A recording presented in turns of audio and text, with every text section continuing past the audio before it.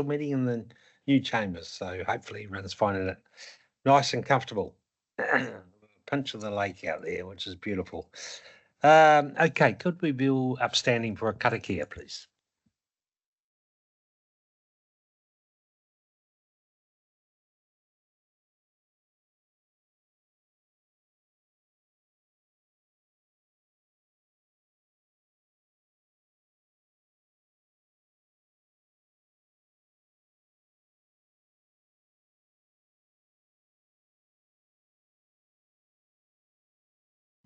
Thank you very much, councillors.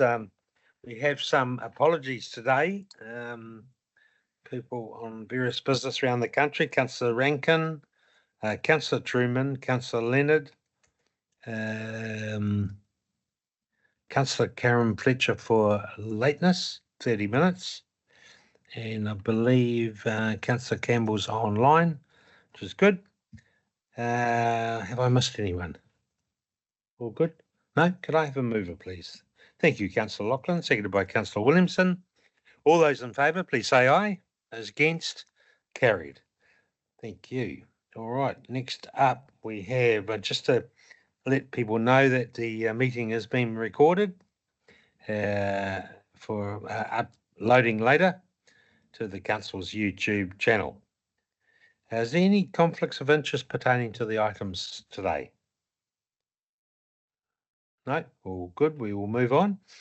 Item 4.1, confirmation of minutes, meeting that was held on the 18th of February, 2025.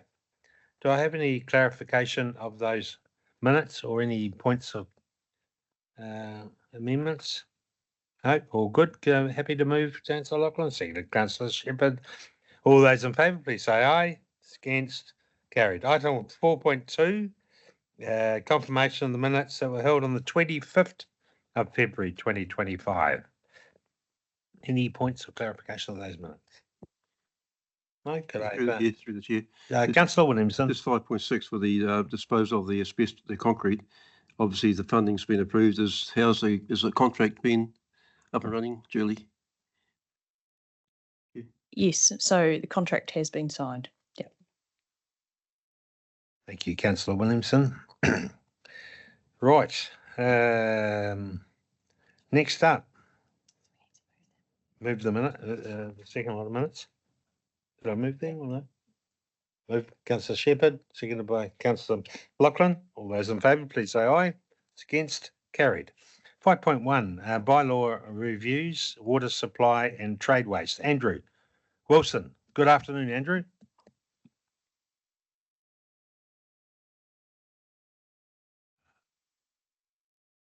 So in front of you is an item pertaining to two bylaws that are due for review.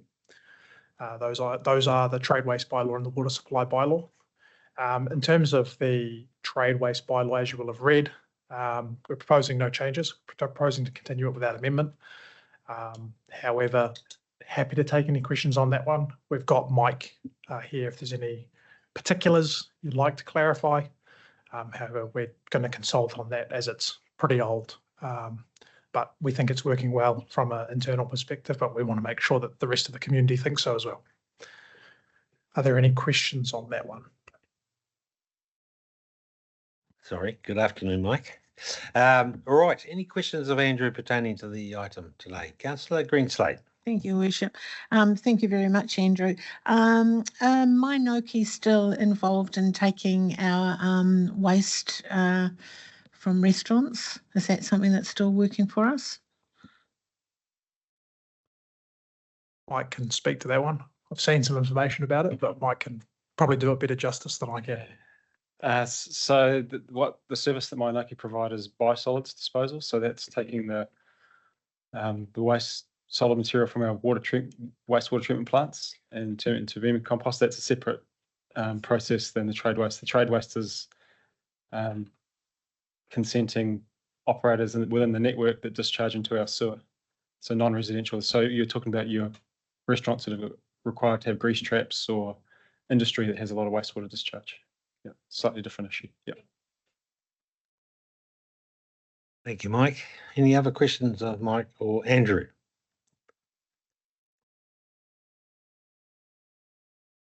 Councillor Campbell. I'm just interested in the definition. You're saying improving the explanations of ordinary and extraordinary use, and I imagine if a user gets classified as extraordinary use, then in effect it'll cost them more. I just wonder. I mean, I imagine there's some discretion involved for staff to classify an activity as extraordinary use. I'm just wondering if someone out there feels aggrieved that they shouldn't be an extraordinary user, what's their recourse? Through the chair, that's for the water supply bylaw, which we'll cover in a moment. We're just checking on trade waste first, so that Mike can carry on. But I will answer. We can answer that question, no problem. But I'll bring Tom up for that one in a moment. Oh, okay. If you don't mind, through the chair. Cool. Thank you. No other questions of Andrew? Okay, so recommendation up there that Through- adopt. Through the chair, that's for trade waste. We'll talk through the water supply bylaw Cool. next, just so then everyone's clear on that. Okay. Yeah. Apologies. So in terms of water supply, there's a number of changes being proposed there in the water supply space. That's predominantly to basically provide clarity of what's currently happening in terms of our water supply rules and regulations. We've got rules around extraordinary and ordinary use. We gave reference in the existing bylaw to an ordinary use maximum. That ordinary use maximum was then kind of transient and not able to be easily found. We want to place that ordinary use maximum into the bylaw, so it's very clear what that use level is, what we're measuring it against. Additionally, there was a finite list of items that were considered to be extraordinary use in the commercial space. They would, agriculture, viticulture, very limited list, which you could foresee that there would be another activity that would be a high water user that isn't necessarily in that list. And we'd want to be able to meter that activity to make sure that they're not consuming excessive amounts of water, and then we need to try and recover those costs from that user. So that's the key change there. The other one is around backflow prevention. The standards recently have been increased around our requirements to manage backflow. And as part of that, the team has already been dealing with those backflow prevention devices as part of our regular program of works for renewals and maintenance. Basically, the bylaw was inconsistent with that approach. The bylaw says that it's the responsibility of the property owner. Given the new standards, we've taken on that responsibility, and we want to reflect that in the bylaw and make sure that everybody's on the same page, that we're not doing something on the ground but then contradicting ourselves in our public-facing document. So with regard to Councillor Campbell's question, I hope that's answered the question, but if there are further clarifications, Council would like, through the chair, we're happy to answer those. Thank you, Andrew. Any questions? Councillor Shepherd. It's actually more of a statement. I happen to, in my other career, have a bit to do with this side of things, and I'll note actually that having that metered helps us with our water consumption, because if we end up going over the usage, then we've probably got a leak somewhere, and it eventually saves everybody time, money and resources. So I'm quite happy with how this is written, and I'm happy to move if we're at that stage. Thank you, Councillor Shepherd. Any other questions of Andrew on the water supply?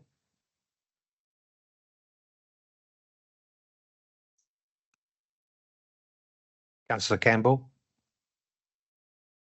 Oh yeah, Andrew, just getting back to my question. I mean, yeah, I'm not involved in this space whatsoever. I'm just theoretically speaking, but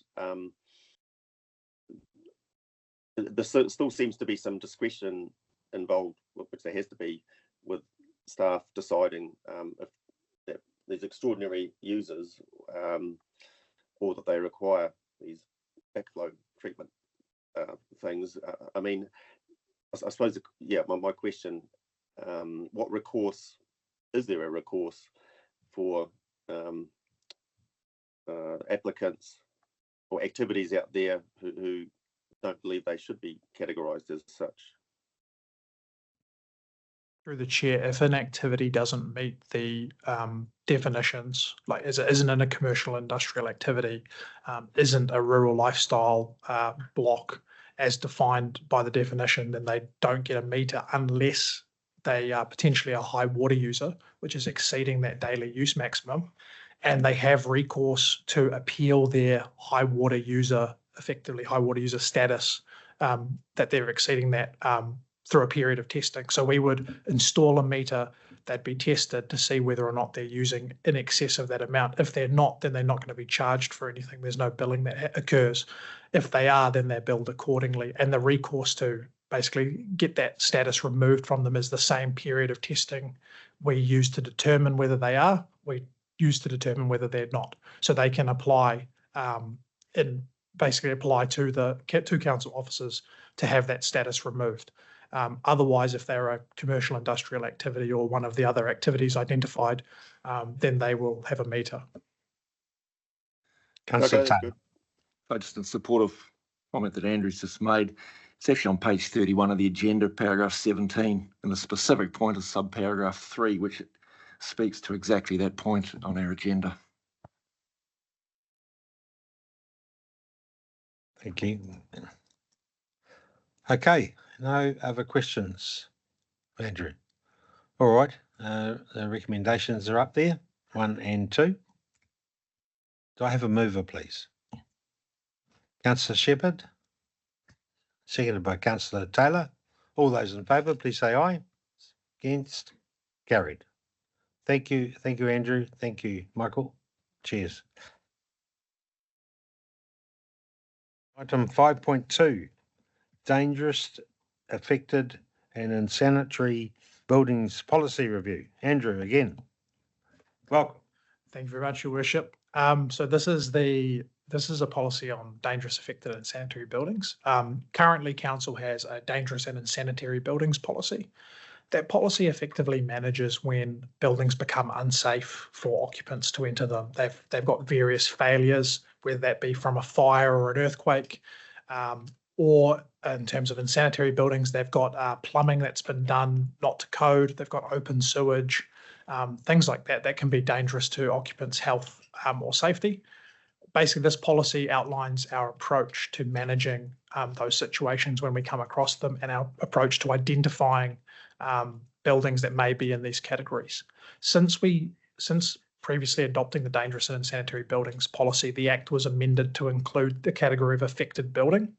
And an affected building is a building that is affected by a dangerous building. So, for example, you have a wall that's now coming away from a building and you've got a nearby house.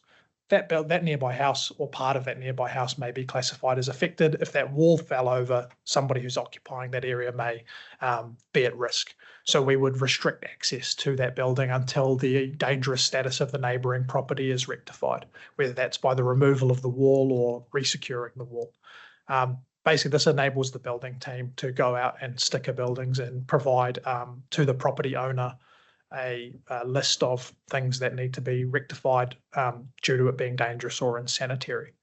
Overall, the changes to the policy that have been made have been driven through corrective actions that we've been issued, basically because the policy is old and needed updating, mostly around references to outdated sections of the Act that have since been tweaked or organisations that have since changed their names predominantly, and then making sure we give effect to the affected building clause that's now also in the Act. I'm happy to take any questions. Cool. Thanks, Andrew. Any questions? Through the chair. Councillor I don't Williamson? have a question. I just thanks Andrew for the work you do here in the space. I'm just referring to the overall approach in point 4. Pretty well sums up the growth we're experiencing. There's probably some people either slipping through the cracks or just unaware, or just so we need to have something that we can protect our community. So thank you for the work you're doing. Thank you, Councillor Williamson. Councillor Campbell? I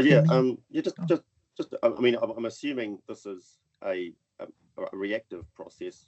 We're not proactively going out and identifying buildings which are going to fall down or unsanitary. And well, that's the first part of the question. The second one was, I mean, I read that, yes, council has the right to go and make the improvements and then bill the property owners. Has that been resorted to in the recent past? Through the chair, so that's correct. It's a policy position that council has taken in the existing policy, and we're proposing to continue that council take a reactive approach. So that will be properties will be identified through members of the community identifying them, emergency services identifying them as being potentially dangerous, affected, or unsanitary, and then we would send officers to go and investigate that complaint. And then to your second point around has that ever been used, to my knowledge, I'm not aware of it being used. We have very few numbers of buildings that are ever classified as dangerous, affected, or unsanitary across the district. But I can ask the building team around that if they have ever had to use that particular clause in terms of immediately dangerous buildings and council conducting works to make them not immediately dangerous. That's specifically what that clause is about, is if there's an immediate risk to life or safety. Otherwise, we leave it to the property owner to manage. Councillor Greenslade. I think you answered my question in the last sentence, Andrew. I was going to say a number of years ago we had 8 homes burned down in Turangi, and quite a number of them stood standing for quite a long time afterwards. But then again, people are not living in those homes, so I suppose they're not dangerous because they're not being lived in. So it's sort of, you're right, it then becomes a property owner's issue, and there's not really anything that council can do about that. Through the chair, that's correct. So we restrict access to the building because it's dangerous, and then it's up to the property owner if that's not immediately dangerous to health and safety, particularly if you'd imagine if you had a large building that's leaning and could damage many nearby buildings, we might say, hey, that immediate action needs to be taken to rectify that. However, if it's freestanding wooden frame buildings that have burnt down and there's no one else really nearby, then it's probably not an immediate risk. So we wouldn't take any action, and it's up to the property owner to manage that effect. That's actually very helpful because a lot of people have asked me about that, because we do still have some of them just standing there. They're an eyesore, but yes, it's up to the property owner to deal with it. Thank you. Thank you. Other questions of Andrew? Cool. Thank you very much. Another good detailed report there, Andrew. So could I have a mover, please? Thank you, Councillor Williamson, seconded by Councillor Lachlan. The resolution's up on the board there. All those in favour, please say aye. It's against, carried. Thank you, Andrew. Item 5.3, adoption of the Taupō District Council Future Development Strategy. Tanya. Good afternoon, Tanya. Good afternoon, Your Worship. Good afternoon, councillors. This afternoon we are seeking adoption of the Future Development Strategy and seeking to revoke the Marapoa Valley Structure Plan and TD 2050. So just a little recap. The Future Development Strategy is our updated growth strategy. It looks out 35 years and identifies how many people we can expect to call our district home and how many homes and business land we are going to need to accommodate that growth. So the Future Development Strategy aligns with the national direction and the National Policy Statement for Urban Development, and also regional direction from the Waikato Regional Plan. The Waikato Regional Policy Statement. So a 6-week consultation period was held in November, December last year, where we received 33 submissions, and we had hearings and deliberations on the 18th of February, where we had 7 submitters come along and present their views to our elected members. So the changes that were made and discussed at the hearings and deliberations have now been made. So yeah, now we're ready to adopt. Ready to adopt. Okay. Any questions of Tanya? Councillor Taylor. No, it's more of a comment than a question. Thanks to the team for putting that together.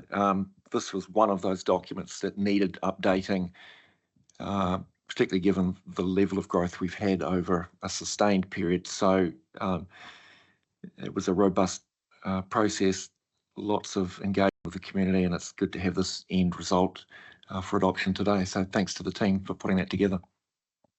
Thank you, Deputy Mayor. Any other commentary? Just supporting Kevin's comments. Just the growth in the last 10 years has been phenomenal. When I think of Paul Hillary and Nick back there and doing the policies, managing, predicting the growth. So it's been phenomenal. So just credit to the team for putting this document together and updating it. Thank you. Thank you, Councillor. And from Councillor Campbell. Yeah, I'm sure I gleaned in the report there a industrial land shortfall after 20 years. I mean, is that so far away that we're not planning to address that now, or that's the question, really? Michelle? Yes, so that's correct.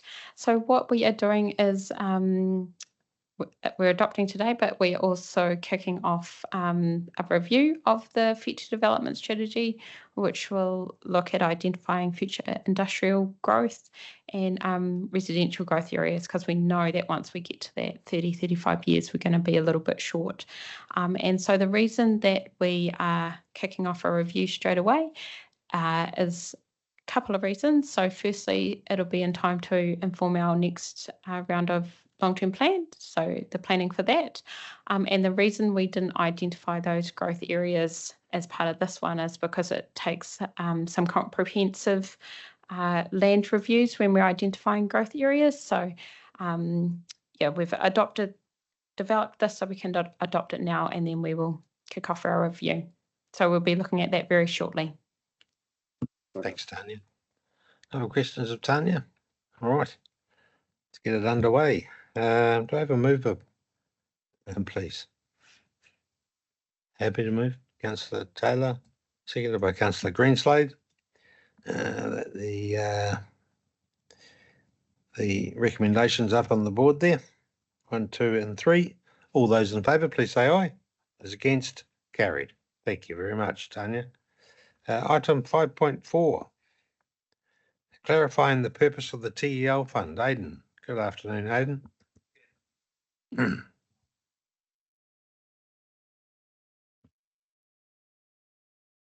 Right, just a short paper for you. It's kind of a belt and braces approach. We're dotting our I's and crossing our T's. I can't think of any other analogies, but we know we're going to be asked to separate our water assets from all our other assets and our water operations from our other operations.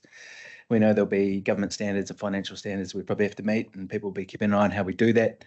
The purpose of this paper is just to make crystal clear that there is no connection between our TEL community fund and our water assets and operations. So there's a resolution there to make that really crystal clear, and the paper works through what you need to consider for that. Thanks, Aidan. Any questions of Aidan? Councillor Greenslade.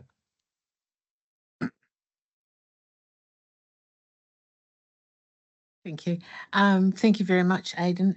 Could you explain to us why you've actually done this? Because previously, I understood it, the TEL fund was used to underwrite our infrastructure, wasn't it? Yes, so it was, and that was the position as in when we wrote the long-term plan, including the financial strategy and the infrastructure strategy, which referenced that, exactly as you said, just eight or so months ago. But since then, you received advice, I think in December last year. We explored what insurance would actually cost. We explored some of the shortfalls in relying on our debt headroom and the TEL fund to insure our assets. There were some shortfalls that the value of assets has grown substantially. There were concerns whether or not that would be the right way to cover that. And you made a decision for council to go away and acquire insurance for underground assets. So essentially you've cut the tie between the two already, and this is formalising that position just so there's no confusion. Cool. Any questions, Aidan? Sorry. Ezekiel? Oh, yes. Councillor Campbell. Yeah. Well, I'll just say this is a very interesting, well, might be say positive development, because as far as I can tell, that releases the TEL fund to be used for many other purposes that we can think up. I mean, am I reading that wrong, Aidan? Aidan. Well, no, the purpose of the TL fund remains as a community fund. At the moment, the focus is on building up the value of the fund, restoring, obviously we've had a lot of inflation at the moment, restoring the value of the fund, and that is the focus. But at some point, there'll be a conversation of the best way to use that fund or any gains on that fund. Yep. Cool. Yeah, I mean, I'm just saying, it is no longer required there for insurance purposes. So, I mean, we're not just, well, we are yet to decide its ultimate purpose. That would be correct, wouldn't it? Now that it's no longer needed for that. And I was just wondering, is what's the next steps in making those decisions of what to do with it? Councillor Shepherd, is it the same sort of questioning? No? Okay, Aidan, so we still have to decide the actual purpose of the fund, correct? You've certainly decided the purpose, and it is a community fund to be used at some point in time for community benefit. But the purpose at the moment and what we're doing at the moment is building up the value of that fund. And then there'll be a conversation on how best to use that fund or the proceeds from that fund, which is a decision council hasn't made. At the moment, we're focusing on building up the value of the fund. Yep, the fund is going quite nicely current time. Councillor Shepherd. Sorry. Just for the sake of clarification, the second resolution there, that effectively ring fences the TEL fund so that it doesn't get caught up with the new entity potentially for waters. Is that correct?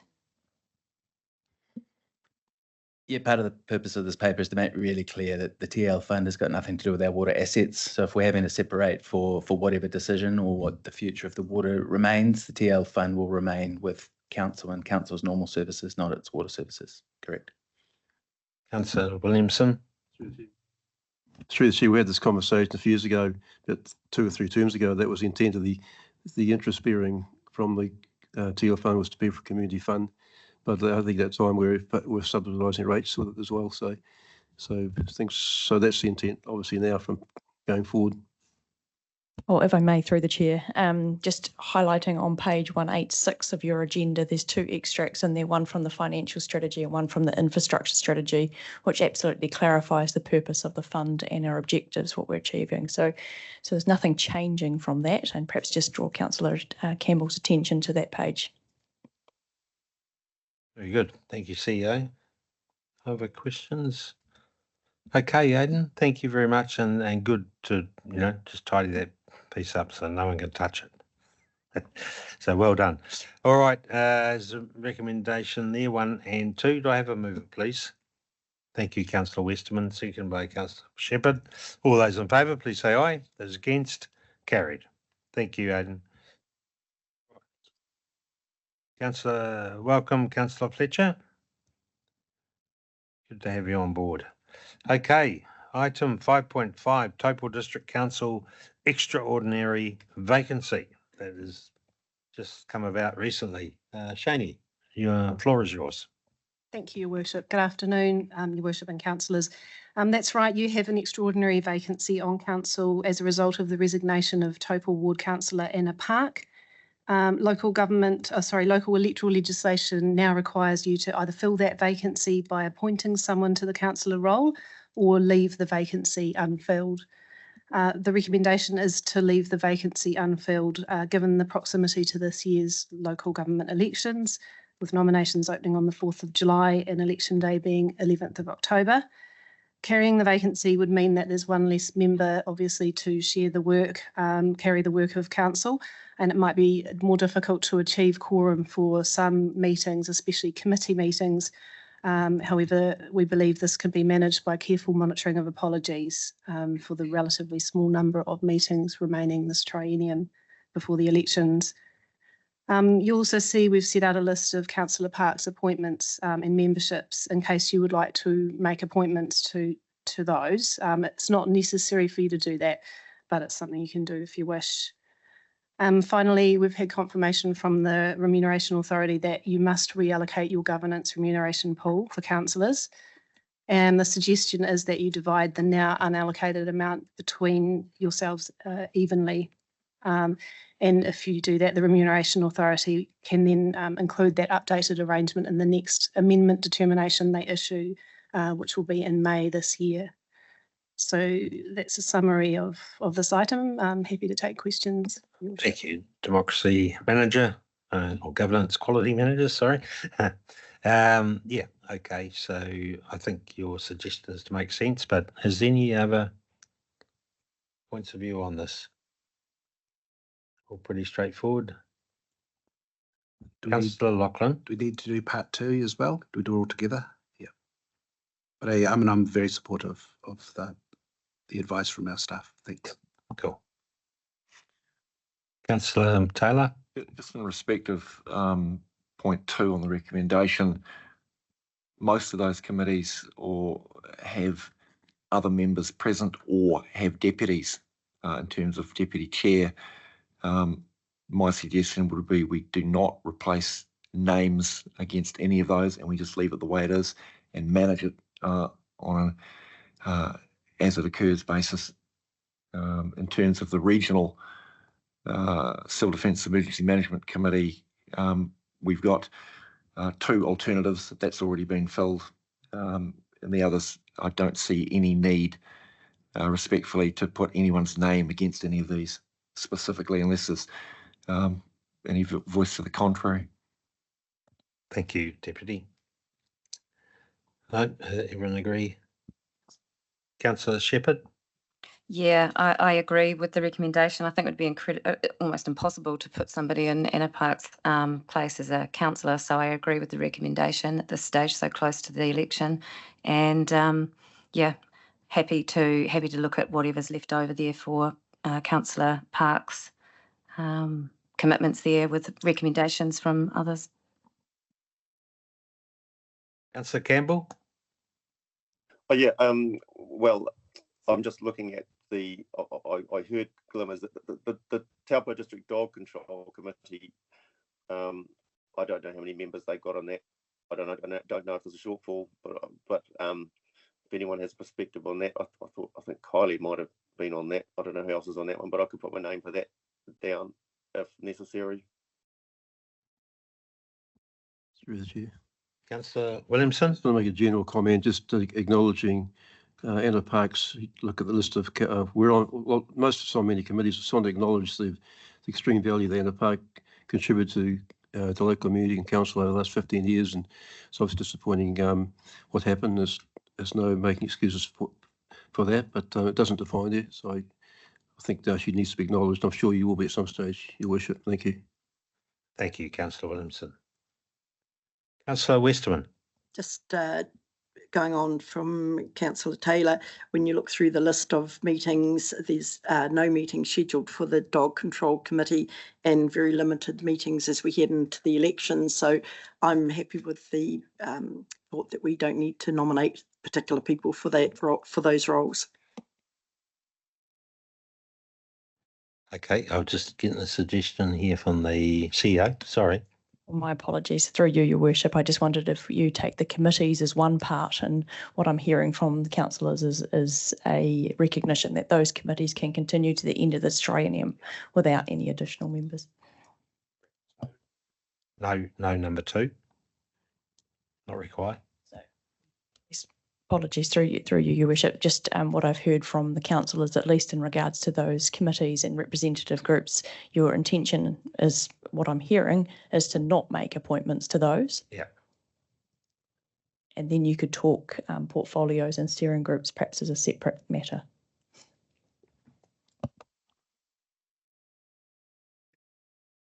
Through the chair, I take it on board the conversation. I agree almost entirety, except maybe for I would sort of nominate Councillor Shepherd to go on the water reform steering group. So very important work coming up. So.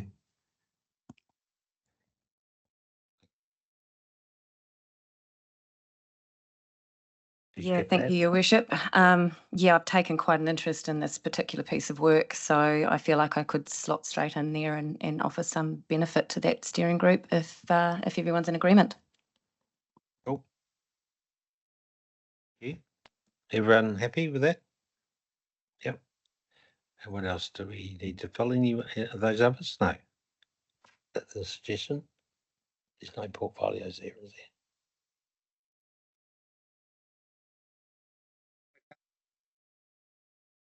So just through you, Your Worship, my apologies for jumping in again.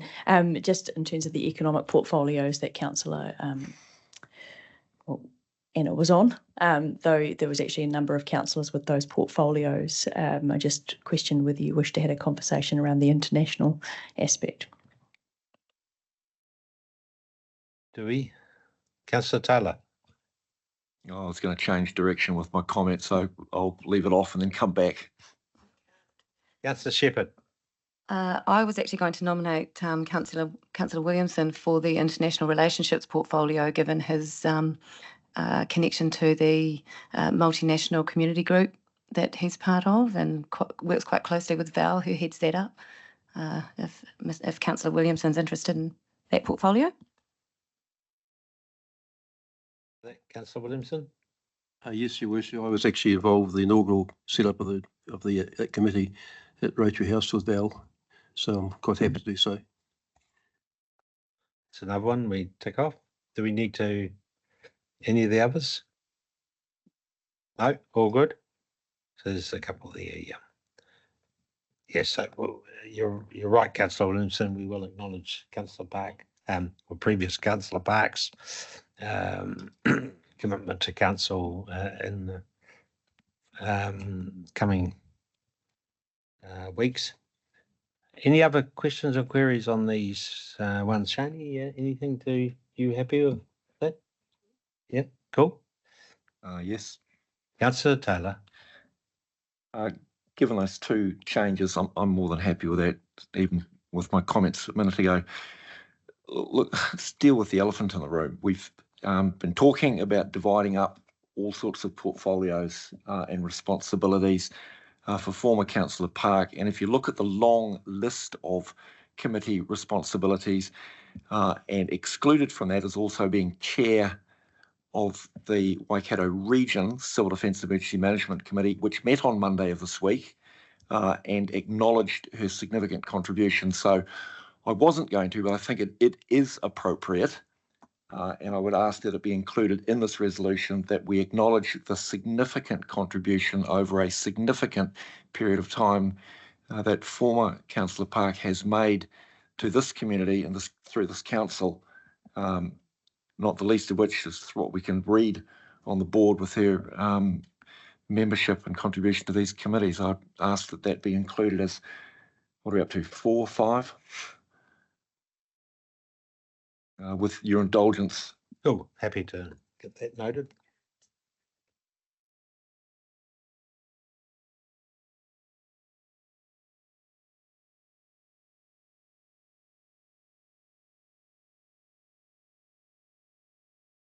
Let's get that typed up there. Nothing else on the particular subject? Did I happen? Did I have a mover? I think it was Councillor. Yeah, thank you. I'm happy to move in that case. You're happy to move? Is that the wording okay, number 5 there? I just wonder if you just add to that, words long to the Taupō District Council over an extended period of time, over multiple portfolio responsibilities, just to capture the significance of that contribution.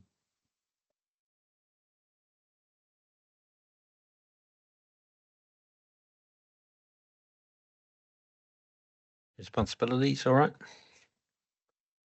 Cool. Okay, been moved by Councillor Taylor, seconded by Councillor Lachlan. All those in favour, please say aye. Against, carried. Thank you, Shani. Right, next up we have Julie. Huh? Oh, Shani, sorry. Triennial elections. You're joking. That's right. 2025, order of candidates' names and voting documents. Shani, good afternoon again. Thank you, Your Worship. That's right. Every local government election year, you have the ability to decide how to arrange candidates' surnames on the voting papers. And you have 3 options. You can decide to arrange them alphabetically, or they could be pseudo-random, which involves our elections provider randomly drawing lots for the candidates' names, and then that is the order that appears on every voting paper. Or you can decide to have them at random, so every voting paper is different. It's entirely up to you. The recommendation is to go for the random order, just because there's no question of any candidate having any advantage because they're at the top or near the top of the list of the candidates. But it's over to you. Thank you, Shani. Thanks. Everyone happy with that, or seem to have worked okay? Okay, there's a recommendation up there. Any questions of Shani before I put the recommendation? No. Yes, the only thing I was going to ask was through the chair, that was how it was done last time, wasn't it? I seem to remember this person who voted beside me, paper was different to mine. Yes. That's it. Okay, recommendation there. Could I have a mover, please? Thank you, Councillor Greenslade, seconded by Councillor Westman. Regarding the election, so all those in favour, please say aye. Against, carried. Thank you, Shani. Right, next up we have Taupō District Council Performance Report, February 2025. I invite Julie Gardine, Chief Executive, to speak to the members. Good afternoon, Julie. Oh, good afternoon, Your Worship and councillors and members of the public. Obviously, this reports back in February, and I guess from my perspective, really just wanted to highlight and say thank you to Te Whare Hono o Tū Whare Toa Partnership for the work that's gone into the building, because the highlight for Feb was obviously the amount of work that went into moving into this particular building. So amazing to be in here. It's been a very long journey for this organisation since 2017 to be back in predominantly one place. So very, very exciting from Feb and March. So that's probably my highlight over that period of time. I'm very lucky to be joined by both Panel and Jeanette for parts of the report. So perhaps take the first section, which is the update from the exec team and the overall performance report, for any questions before we move into finance and projects from the other presenters. Thank you, Julie. Any questions of Julie at the start? No, all straightforward. Okay, next up is it Jeanette? Jeanette? Panel, sorry. Good afternoon, Panel. Good afternoon, kia ora koutou. I'll take the report for the significant projects called Portfolio Update as read, but I just thought it would be good to update you on some of the things that are going really well and a couple of the things that you might be asked about to prepare you. So the first thing is we're around 55 million overall delivery, which is right on target for our planned end of financial year, which is excellent. We're currently reporting on 21 projects. The airport apron has been completed, it's rolled off this report, but we now have the digital transformation, which is the business as usual component of Quantum. The couple of key updates, the good news is we got 17 responses for the Mangakino lakefront tender, which is great news, and it's kind of an indication of the market at the minute. So the team's working through rather a lot of paperwork at the moment. Just to recap on that, the tender's largely civil works as a safety solution to improve traffic flow on the lakefront. So that's really, really good news for that community. The Te Whare fit out goes without saying. Obviously, we won't be seeing that on next month's report. Broadlands Road consent renewal, unfortunately, the scope and time risk have increased on that, as we've seen a few further delays on meetings and hui. But the good news is the business case for MFE is well in hand. And finally, for those of you who attended, thank you so much for the Southern Trunk Main opening last week. It was a lovely day, and it was the culmination of a lot of work and a lot of orange cones for a long period of time. So it's great news. Any other questions? Thanks, Panel. Any questions of Panel? No? Great. Keep up the good work. Okay, Jeanette. Good afternoon, Your Worship and councillors. I'll take the financial report as read, and I don't have a lot of comment on it. We've just got a few timing differences with operational projects starting or not starting, and the grant program was slated to have paid out some of that grant money in February, but that's been slightly delayed, as you're aware. And I've included the asbestos cost of $850,000 that was approved at the last council meeting. I'm happy to take any questions. Thanks, Jeanette. Any questions of Jeanette on the money? No? All good. Through the chair, this is actually one for Councillor. Panel, just regarding the Turangi wastewater consent. Is that draft consent application received for consultants? There's Ngāti Turangi-Tokua, have they received that yet? Or? Through the chair, I'll have to update you on that. Sorry, I haven't been deeply across that specific resource consent application. Okay, thank you. Thank you, Councillor Williamson. Any other questions of Pernell? No? Well, thank you, Julie, for running the organisation and to your executive sitting over there as well. Thank you guys for keeping us all on track. And yeah, hopefully it continues. So cool. All out of the one building, which makes a difference. Right. Okay, moving on. Recommendation there. Are you happy to move that, Councillor Lachlan? Seconded by Councillor Greenslade. All those in favour, please say aye. Those against, carried. Right. Karen, 5.8, Council Engagements, April 2025, Appointments and Training and Conference Opportunities. Good afternoon, Karen. Kia koutou, thank you. So I just wanted to update you on a few things. The Te Kopua Kanapanapa meeting, which was scheduled for the 1st of April, is likely to be deferred to June. So that will get updated for those of you that are on that joint committee. The Turangi Co-Governance Committee workshop on the 2nd of April has been reduced in time. So it now starts at 10 a.m. for half an hour, so till 10:30. And there are a couple of new workshops in there for Thursday, the 3rd of April, all to do with local water done well. So there's one with the Department of Internal Affairs from 10 to 11, and then just a general update from 11 till 12:30 on that day. And the website will be updated as well.